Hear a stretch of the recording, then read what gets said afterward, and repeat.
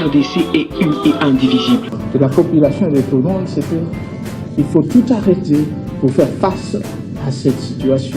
Et que nous ferons de cette terre richement bénie un réel havre de paix, de prospérité et de progrès social.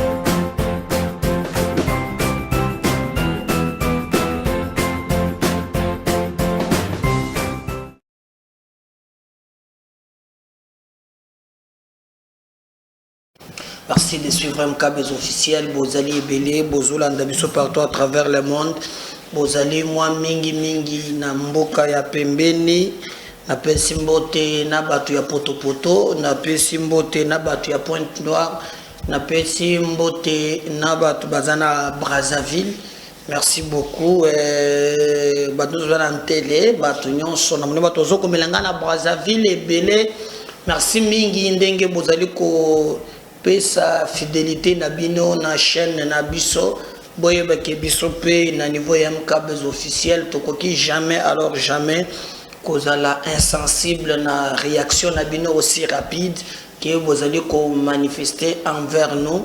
Vous allez très reconnaissants et nous vous promettons toujours de vous servir, travailler pour l'intérêt du Congo, pour l'intérêt de l'Afrique, pourquoi pas l'intérêt du monde.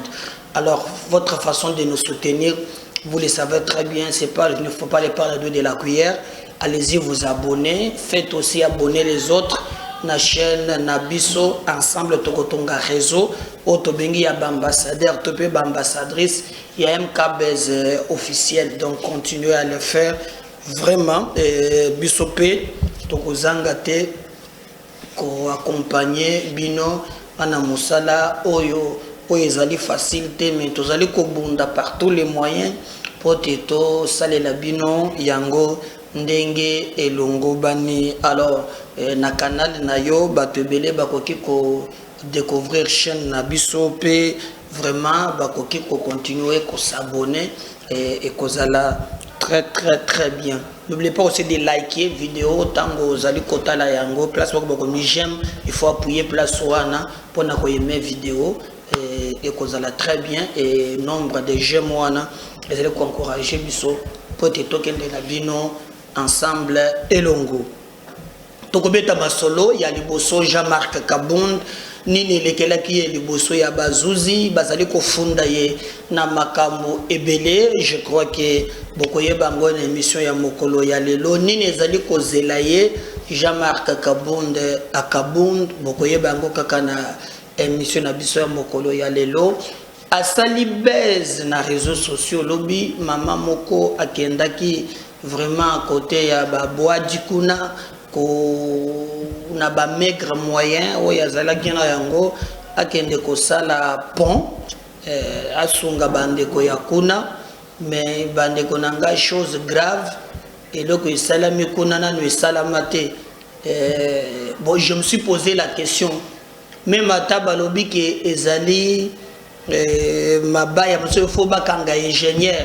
Bon, lolenge likamboane lekaki ndeko ya mwasi wana ayena ONG nae. Bon, souvent à la veille ya ba élection biloko wana ezalaka mwa mingi bayaka na ba kocha mwa pont kosala mwa boye ma fête derrière ça bazo viser électorat moko boye. Alors mais maintenant au komona ke bato bazali wana bazana kati peut-être ya kosala mwa makambo ya ndenge na ndenge et que soki bato pe baza soupleté bako memana. Et l'exemple ya ensemble tozana ngolelo ensemble ya ba papa social na ba mama social. Et papa aza bien akondaka bibembe papa aza bien papa yo papa asumbela ke biso baloso. Donc c'est comme ça que ba élection les mingi na kolo bakaka na Congo te mais en Afrique élection ezali vraiment mingi acha ba conscience. Alors dans un pays où l'État s'organise à appauvrir peuple naïe au motozangi même un petit rien, alors tous ceux qui bougent ils tirent. Alors maman na biso oyo a salaki par tous les moyens a kende ameka ko débrouiller a saleli bango pont bato bakatisa bamusolo bi o asepelisa ke ba chef coutumier te yango makambo ni salamaki bamusolo bi te eza pona bongo te boye na boye Bon, comme TV za radio tavana continuer na commenter yango tozo makambo ya Jean-Marc Kabundu bande konangai botala nan. Mais selon mes analyses na moni bolili ezali. Na moni yango clarté. Babso le bio ingénieur. Même ate za ya mabaya. Mais bukele liwana na moni yango penza clarté. Faut que no bankunza hein batrano likambo oyo. On regarde ce qu'a été cet événement ensemble avec vous et nous allons revenir parce que l'objet salut buzz, il y a des réseaux sociaux et nous allons revenir avec vous pour continuer avec notre émission Namokolo Yalelo, Nemkabez officiel, votre chaîne de vérité. À tout à l'heure, merci. On suit. Le développement de la République démocratique du Congo est un atout majeur pour tout Congolais. Il ne suffit pas seulement d'être dans les institutions du pays pour poser certains actes en faveur de la société. C'est dans ces contextes que l'ONG Debout la jeunesse congolaise élevant notre pays, DJCEP, sous l'égide de sa coordinatrice nationale, Maman Hurlaine Badila, ont matérialisé une promesse faite aux populations des quartiers Boadi et Molende en pensant d'abord à l'éducation et l'encadrement professionnel des jeunes et adultes. Maman Hurlaine Badila a mis à la disposition des habitants de ces deux quartiers voisins un centre d'apprentissage de métiers professionnels qui fut inauguré à la grande satisfaction de tous. Comme on dit, si tu me donnes un poisson, je le mangerai en un seul jour, mais si tu m'apprends à pêcher, je ne mourrai plus de faim. Désormais, les populations de ces coins de Kinshasa apprendront à voler de leurs propres ailes grâce à cette œuvre de la dame au grand cœur. Merci premièrement à papa na biso na omo na baye awa. Papa ba boti biso ba yebi biso banda to zaye bana mikie ba orienté lelo pe to sauter ma liboso na bango to sepeli na présence na bango to bandi da ko senga bango liboso. Merci pour la présence na bino ba papa. DJCEP na biso eza ONG ebele to yebi yango déjà peut-être ba papa ba ye lelo nde ba yebi DJCEP te. DJCEP eza ONG Debout la jeunesse congolaise élevant notre pays. Toza apolitique, toza politique te. Car ande balobaka asbel sans but lucratif. Les DJCEP wana ye lisu lelo liboso ya bandeko na biso nyonso ya Boadi, ba papa na biso ba mama na biso. O basenga ki ke tolingi jeunesse na biso ya Boadi ekende liboso. Toujours au cours de la même descente, la coordinatrice nationale des DJCEP s'est encore rendue au chevet du pont baptisé sur son nom, pont Maman Hurlaine Badila, traversant la rivière Lukunga et reliant les deux quartiers, tous les communes d'Engaliema et Mongafula, réhabilités sur fonds propres. Siko biso moko bana mabele to lobini ni tokota likambu wate po o to sali debi ke molé ba population molende nde ko katisa. Est-ce que to kolinga tu entretenir yango to bebisa yango to sali yango po na sentiment te to sali yango po esunga biso batu ya molende. Ngai na bino to yebi ya moko mambula soka ebeti lukungu etondi to mwa to kata na Boadi ezate bana kin to mema DJCEP na mitema ka ande na lobaka ONG oeza ya mitema ka ande na lobaka ONG oeza ya ngai te meza ya bino ba mama na ngai eza ya bino ba yaya na ngai baleki na ngai ba papa na ngai. Bosimba yango bosimba DJCEP na mitema bosimba nga na mitema to tambola elongo po molende na biso esa nini. Retenez qu'il y a quelques mois seulement, Maman Hurlaine Badila, des passages dans ses coins, avait trouvé ces ponts dans un état de délabrement très avancé et avait promis à la population.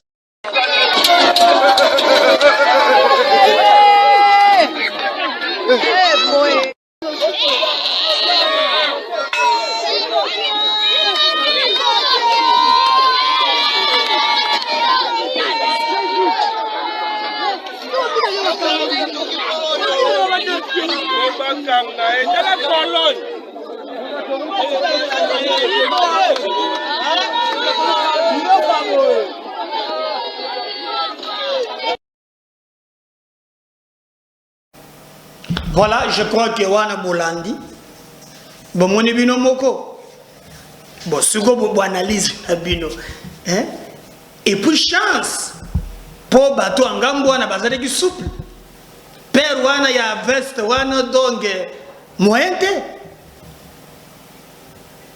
Faute ya ingénieur oyo asalaki eloko wana. Qu'est-ce qui se passe? Maman Nabiso est tourné ma baie. Mais moi d'ailleurs je l'encourage. Naba milieu owana, milieu très reculé. Baye bazana mbongo bakotia pe maboko. Même si c'est pour des besoins purement électoralistes, mais au moins, et batouana bakokaki ko profiter na mosala wana. Donc je demande vraiment qu'il bako apporter soutien, apporter pourvu qu'à réaliser les Camboniwana assis à Bandaki. Mais lobby vraiment est créé que ça là qui buzz, vraiment lobby qui ango mingi.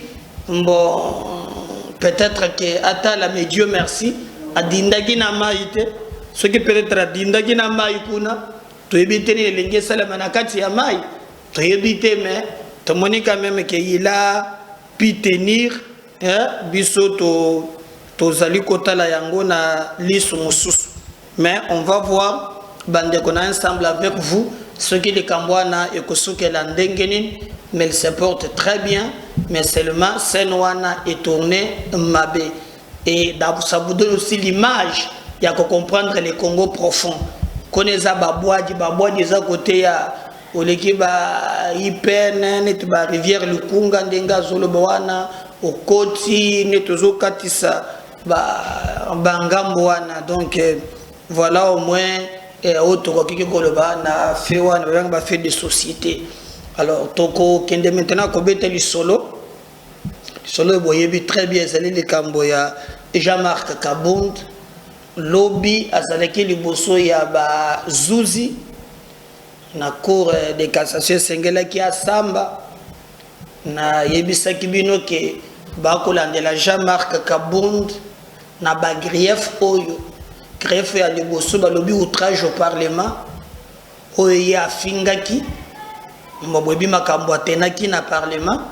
Grief ya mibale balobi ka so samba pona outrage au gouvernement oya traitaki ya ba incompétent akosamba lisusu pona offense chef de l'état pe akosamba so pour le faux bruit dans l'objectif ya alerter opinion bon wana ba grief oya bazali ko senga ye aya ko justifier. Alors lobby nini elekaki liboso ya bazuzi mwandambu ya vidéo bokomona ndenge nini abimi samba militant na ye. Alors le ministère public est commis ko accuser na makambu mususu. Alors pour maintenant débat est commis ko salem balobi makambu yake afanda lisusu na résidence surveillée et pas inaye ezate bazo constater que azali na ba milice ou azali qu'entretenir, d'où le ministère public esengi ye azala kaka na makala wana au moins bakoki ko sécuriser ye et que bazana ba élément oyo ekoki ko sala ke asala makambo ya mabete. Alors je vais vous lire par exemple cet article à dépêche.cd.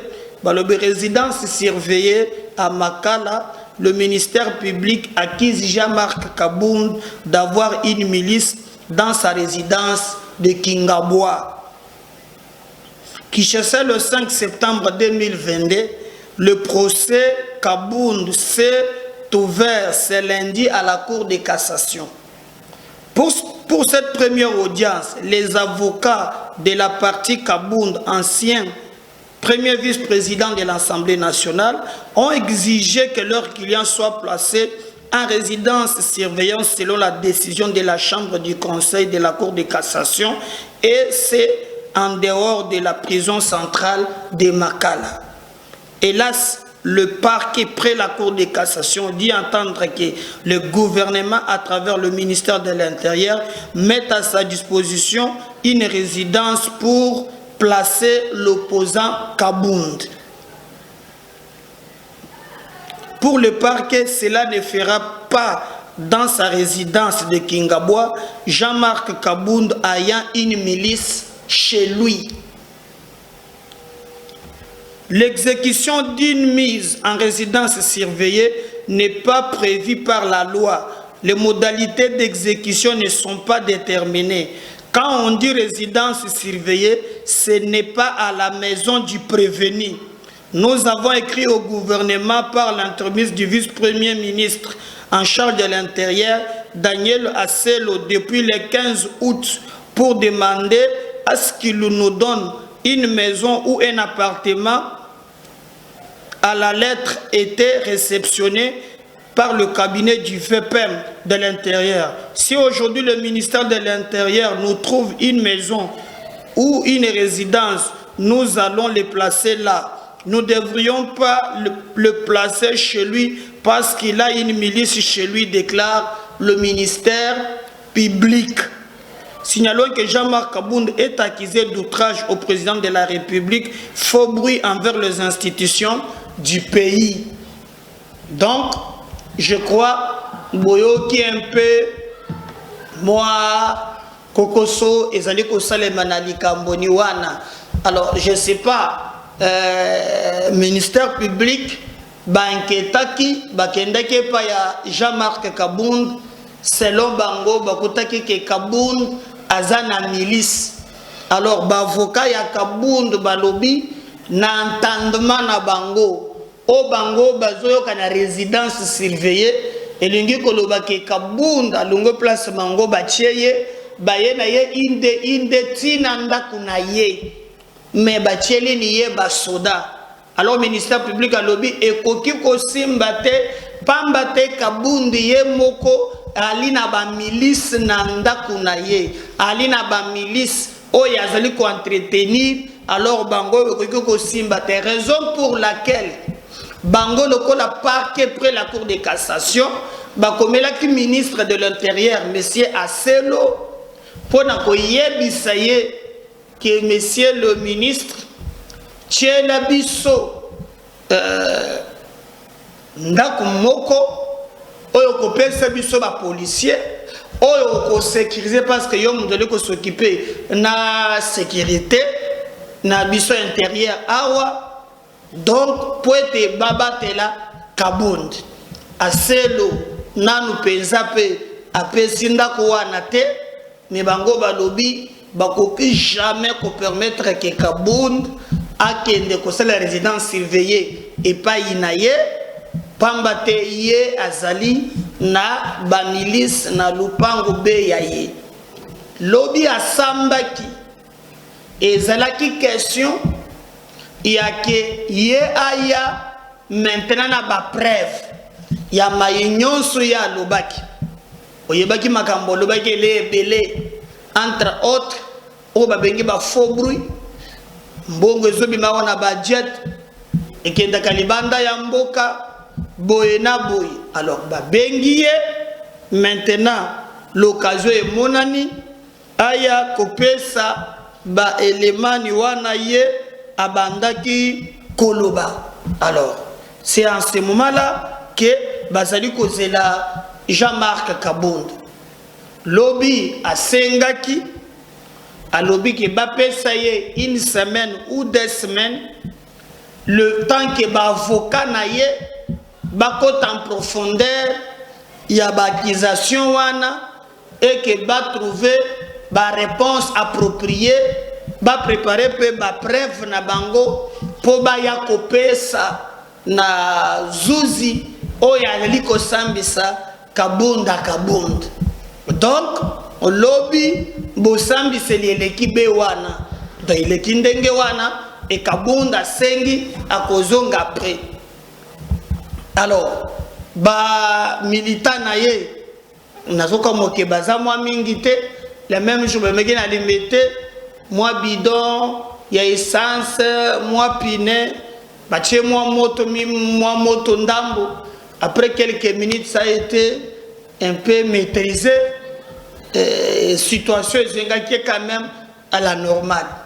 Donc on attend maintenant dans une semaine Kabound na ba avocat na ye baya koluka lolenge nini ya kopesa ba élément ya sika oyo bango bazui parce que bazali ko confirmer ndenge bazali ko croire pour na bango que non makambo ekotambola très bien, mais on attend voir ce qui pensa vraiment bango ba kozala na makambo owana. Mais bande konangai batu mingi bazali ko mituna si en réalité bakosala ye procès moko ya malamu ba avocat na ye bakozala pena ba preuve ya kolakisa ou bien ekozala kaka ndeto mesani moto côté na boloko après quelques jours abimi motwana. Mais nous pensons que justice ya solo yango moto tombolaka mboka et que si Kabund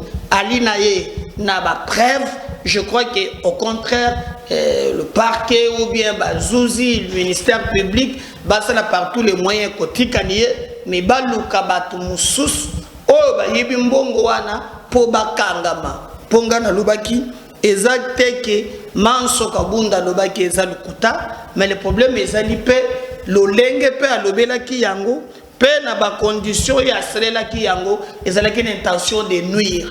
Parce que si seulement si c'était dans l'objectif de l'intérêt général, il ne pouvait pas attendre qu'il y ait en disgrâce pour tailler Koloba Yango. Mais quand cela n'en tienne, il est grand temps que l'Ikamboua na vérité et yebana.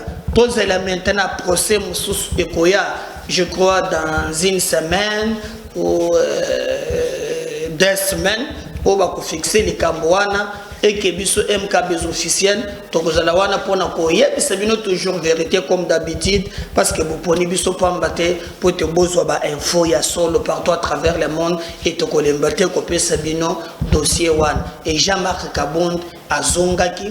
Je vais d'ailleurs vous laisser suivre samba militant yemoko azotambola botala ndenga bimaki parquet ndenge nini ya bandaki ko tambola.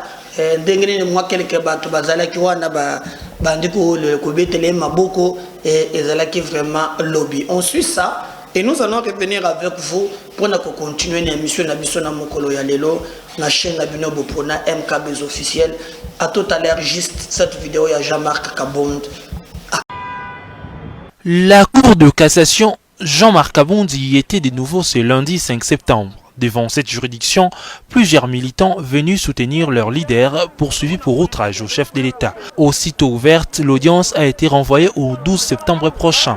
Décision de la Cour de cassation, réponse à la remise sollicitée par la défense qui réclame le respect de l'ordonnance plaçant leurs clients à résidence surveillée. Mais en attendant, le président de l'Alliance pour les changements a été vite reconduit à la prison de Makala.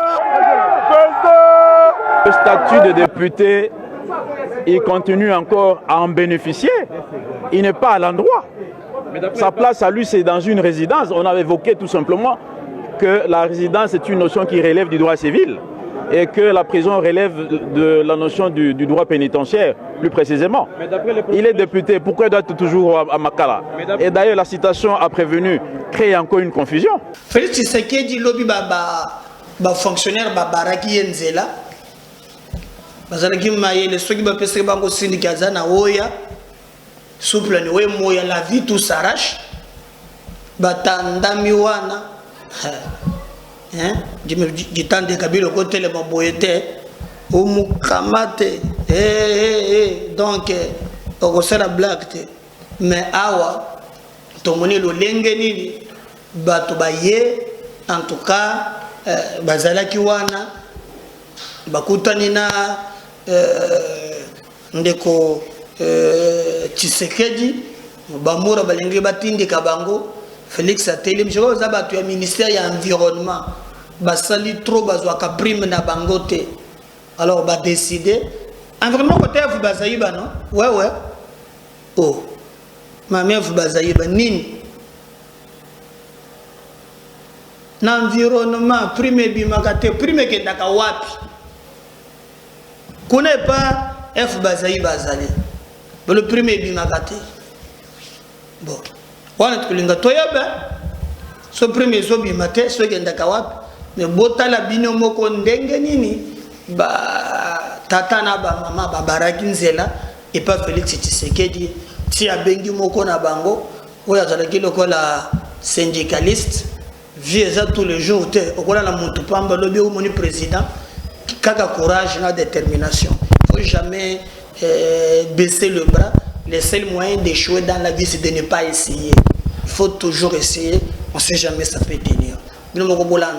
Comment ambiance ezalaki si est comme que président de la République Yemoko ayamba délégation wana asolo na bango ndenge pe ba changer numéro tokanisi que il fallait balandera makambo batu bazo bija ko lokaka président pour suba ministre so bande ko lokaka président boye je sais pas au sele ko sele mandenge nini mais on suit quand même ça, on revient juste après pour voir ce qui va se faire.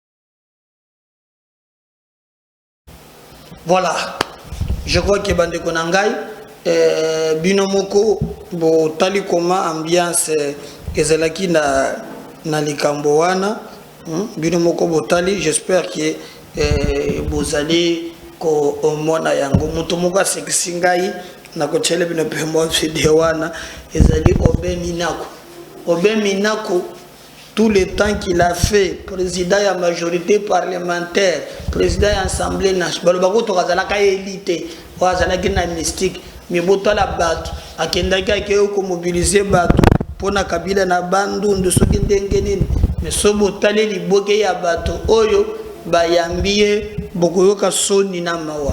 Il prêche Kabila à qui peut abanda campagne na ye, mais botale réaction ya population.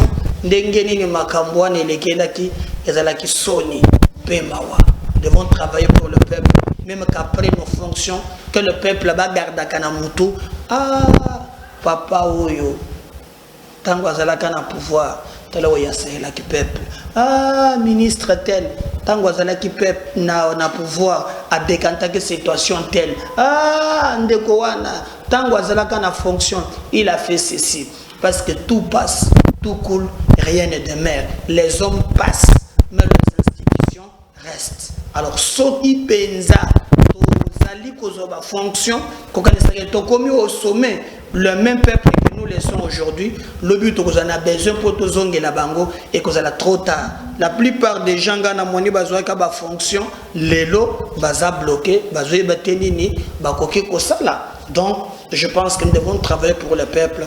Parce que c'est le peuple qui nous mandate. Nous devons faire tout par tous les moyens que le peuple a à se retrouver. Suivez Obe Minako, Botala Binomoko, Ndenge population est salariée, mais Botala nombre ya bateau, Obayambie, ils ont participé. On va revenir juste pour continuer. Après idiopacité, comme nous l'avons signifié il y a de cela 3 jours, l'honorable Obe Minako, poursuivant ses vacances parlementaires, est arrivé jusque-là dans le village de Kasangunda. Bampum Seka, Ngienko.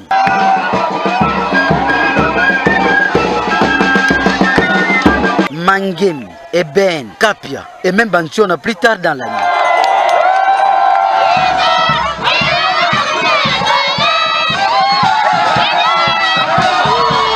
C'est aujourd'hui 2 septembre 2022 que l'élu Fadiolé est arrivé à Dibaya Louboué, une des grandes agglomérations de son territoire. Accueilli en triomphe, étant digne fils du coin, la population de cette cité s'est reconnue en Djalandjoko et cela a conduit de facto à une communion plus que parfaite comme vous pouvez non seulement le constater mais aussi l'admirer.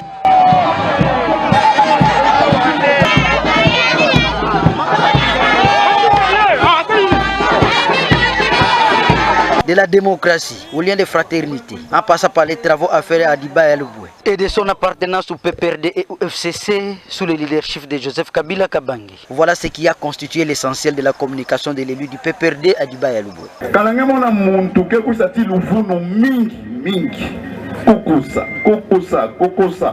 Yokuma stratégie à parti politique nayandi. C'est qu'à mes avec démocratie kerenki. Ça m'a takotisa qui mbeni entre Bantu et sinon va boire la bête tout à fois. Betu na idiofa na Dibaya bet di Madjaka kima ina 20. Démocratie na kimvuka mais respect. Il y a idéologie, il y a ndokonange, il y a un parti politique yankaka. Mukele PPRD pur sang. Mukele Ti Joseph Kabila Kabange. Il s'en est suivi un jeu de questions-réponses entre Minako et sa base sur la dégradation du tissu socio-économique du peuple. Transport entre Dibaya Louboué na Idiofa na 2020, tu en as combien? 25 000 francs. Bouboué combien? 65 000 francs. Mougoua, tu en as combien à l'époque? 10 000 francs. Bouboué Kouma, 20 000 francs. 23 000 francs. Hein? Ah, voilà, moi, le retard. Voilà, même matin, où il y a la coufoire. Ah, ben, moi, c'est tout bayo. Signalons enfin que le périple du triple élu d'Idiofa est loin d'être terminé. Il devait se rendre dans beaucoup d'autres cités et villages où l'attendent avec enthousiasme ses électeurs légendaires. Merci. N'oubliez pas de vous abonner, n'oubliez pas de partager, n'oubliez pas de liker, surtout n'oubliez pas de commenter. Si le Seigneur ne revenait pas, moi je reviens. Danilo Moussousou tout à l'heure. Bye.